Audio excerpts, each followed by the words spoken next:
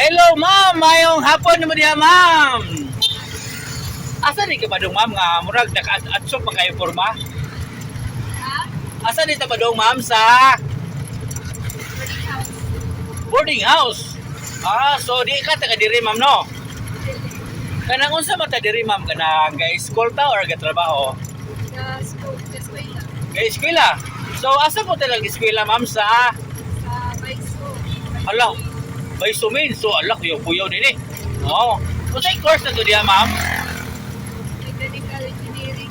Wow, mechanical engineering. Murag kuyaw-kuyaw, manoy. Mga bright naman diha, no?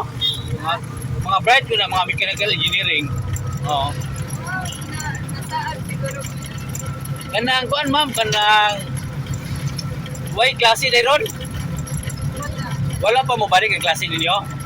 Bukan. Lunes pa? Lunes pa balik klase nimo.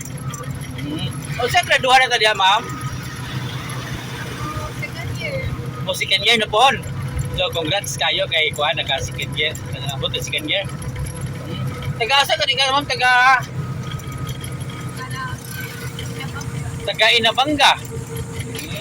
So wakay mga relatives dire pariente igagaw nga na. Pero wala nga boarding house lang jud ka. So first name na to, ma'am, si si pangalan na to si Ella. ha? Ella. Hela. Kanang shout out big say shout out ato diha.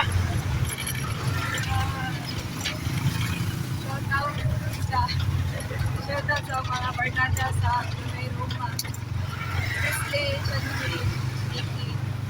Hala, kana shout out. Sige, ma'am, kanang unsa man ta mga nanay uyab wa pa. Wala. O pa uyab bawal pa mo uyab no. Water Gitan. Gibugan. Sige sa speaking gibugan, ma'am, kanang pila pud ka niagi pag hilak, ma'am, pagbuwag, ma'am, or Ay. lagi maghilak mo no kay kana in love magano.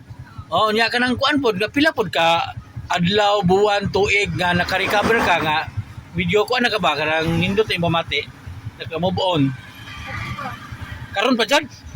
So kana so unsa man to i-advise ato sa ato mga viewers karon parang kanang nga na ba nga parang dali maka-move on ba kay nakasuway naman ka nga ngilak jud ka. Advice lang.